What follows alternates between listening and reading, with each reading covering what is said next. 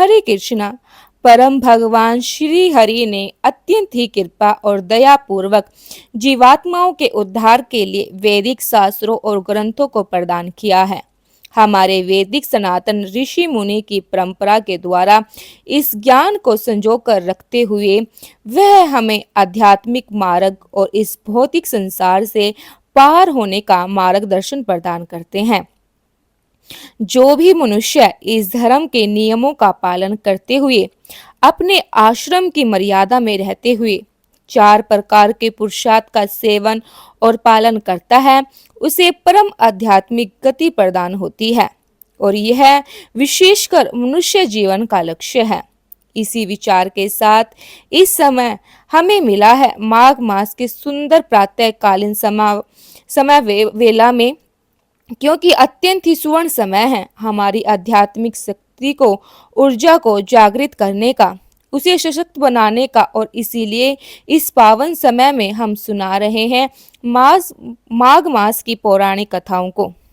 तो चलिए आज फिर से हमारे माघ मास महात्म को दर्शाते हुए इस कथा यात्रा को आगे बढ़ाते हैं और सुनाते हैं आज की माघ मास कथा। इस कथा की पिछली कड़ी में हमने सुनाया था कि किस प्रकार काम आसक्त होने वाली गांधर्व कन्याओं को ऋषि कुमार द्वारा पिशाचिनी बनने का श्राप मिला था और उसके बदले में क्रोधित हुई वे कन्याएं भी उस ऋषि कुमार को पिशाच होने का श्राप देती है। इस प्रकार परस्पर श्राप देने के बाद वे सभी उसी निर्मल सरोवर के तट पर निवास करने लगते हैं। और इस कथा को आगे बढ़ाते हुए ऋषि वशिष्ठ जी कहते हैं, हे राजन, कर्म के फल को प्राणी अवश्य ही प्राप्त करता है। कर्म फल सदैव छाया की तरह प्राणी के साथ रहता है। देवतागण भी कभी कर्म फल से मुक्त नहीं हो पाते। इधर ये सारी 5 गांधर्व कन्याएं और उनके माता पिता घर पर उनके लिए व्यथित चिंतित हो रहे थे और वे उसी सरोवर के किनारे भटकते हुए पिशाच योनि को भोग रही थी। बहुत समय व्यतीत हो गया और एक दिन लोमेश ऋषि पौष मास की चतुर्दशी के दिन उसी निर्मल सरोवर पर स्नान करने के लिए आते हैं। भूख से व्याकुल पिशाच और पिशाचिनियां उनकी ओर भागने लगते हैं, लेकिन लोमेश ऋषि की तेज के कारण वे उनके पास नहीं पहुंच पाते और उससे पहले ही जलने लगते हैं। इस प्रकार जलन की पीड़ा से दूर भागते हुए वे ऋषि एक साथ एक दूर अंतराल पे खड़े हो जाते हैं। अब उसी समय लोमेश ऋषि के साथ साथ उस ऋषि कुमार अग्निमय के पिता वेद निधि मुनि भी उसी स्थान पर आते हैं और वे लोमेश ऋषि से हाथ जोड़कर प्रार्थना करते हुए कहने लगते हैं, हे महामुनि, महाभाग के उदय होने पर ही उत्तम पुरुषों के दर्शन होते हैं। उत्तम मुनियों के दर्शन मात्र से प्राणियों के पाप नष्ट हो जाते हैं। हे ऋषिवर, मेरा यह पुत्र और ये सुंदर गांधर्व कन्याएं पिशाच योनि को प्राप्त हुए हैं। यह उनकी परस्पर श्राप का प्रभाव है। इतना कहकर वह ऋषि संपूर्ण वृत्तांत कहते सुनाते हैं। हे मुनि, आपके दर्शन मात्र से इनका निस्तार होगा। अब आप कृपा करके इन सब के श्राप नष्ट हो जाए, ऐसा कोई उपाय बताइए और इनका दुख दूर कीजिए। लोमेश ऋषि से प्रार्थना करते हुए वेद निधि मुनि कहते हैं, हे ऋषि, आप कृपा करके इन बालकों को उस धर्म का उपदेश दीजिए जिससे उनकी मुक्ति हो सके। आप हर प्रकार से समर्थ है और इस कार्य में इनकी सहायता कर सकते हैं।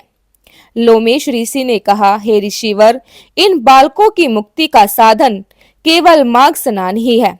यह मेरे साथ माघ मास में प्रतिदिन स्नान करे, निश्चित ही इनकी मुक्ति हो जाएगी। इससे अच्छा दूसरा कोई उपाय नहीं है।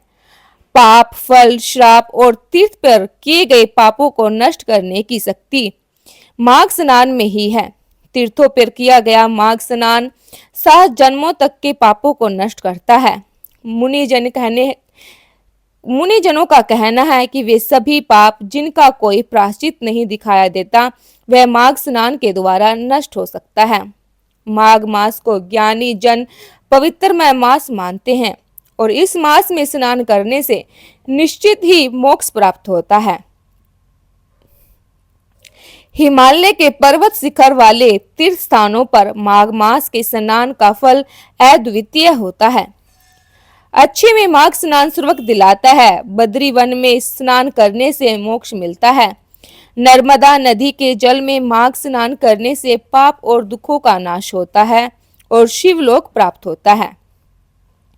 यमुना नदी में किया गया माघ मास का स्नान पाप मुक्त करने के सूर्यलोक में पहुंचाने वाला है। सरस्वती नदी में स्नान करने से अवश्य होता है और ब्रह्मलोक की प्राप्ति भी होती है। वैशाख का माघ स्नान आवागमन से मुक्ति प्रदान करता है। गंगा नदी में किया गया माघ स्नान विष्णु लोक की प्राप्ति करवाता है। तृप्त सरयू, गंडकी, सिंधु, चंद्रभागा आदि नदियों में, समुद्रों में जाने वाली नदियों में माघ स्नान करने वाले पाप रहित होकर स्वर्ग को प्राप्त करते हैं। निमोषण में स्नान करने से विष्णु लोक, पुष्कर में स्नान करने से ब्रह्म लोक की प्राप्ति होती है और कुरुक्षेत्र में माघ स्नान के दौरान प्रातःकालीन स्नान करने से इंद्रलोक और देव सरोवर स्नान के द्वारा उत्तम फल प्राप्त होता है। हे विप्र, मकर के सूर्य होने पर माघ मास में स्नान करने से रुद्रगण और देव की नदी के स्नान से देवताओं की देही प्राप्त होती है।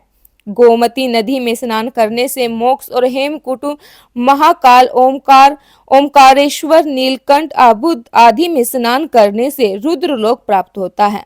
माघ मास में नदियों का संगम पे स्नान करने से जो पुण्य लाभ होता है वह सबसे श्रेष्ठ है। प्राणियों की सभी मनोकामनाएं पूर्ण होती है।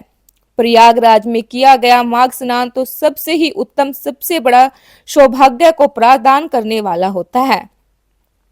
इसके प्रभाव से प्राणी आवागमन के बंधन से मुक्त हो जाता है। जो मनुष्य मात्र 3 दिन भी माघ स्नान कर लेता है वह महापातक होने पर भी नरक में नहीं जाता। प्रयागराज में माघ स्नान करने वाले सकल सिद्धियों और संपदा को प्रदान करता है।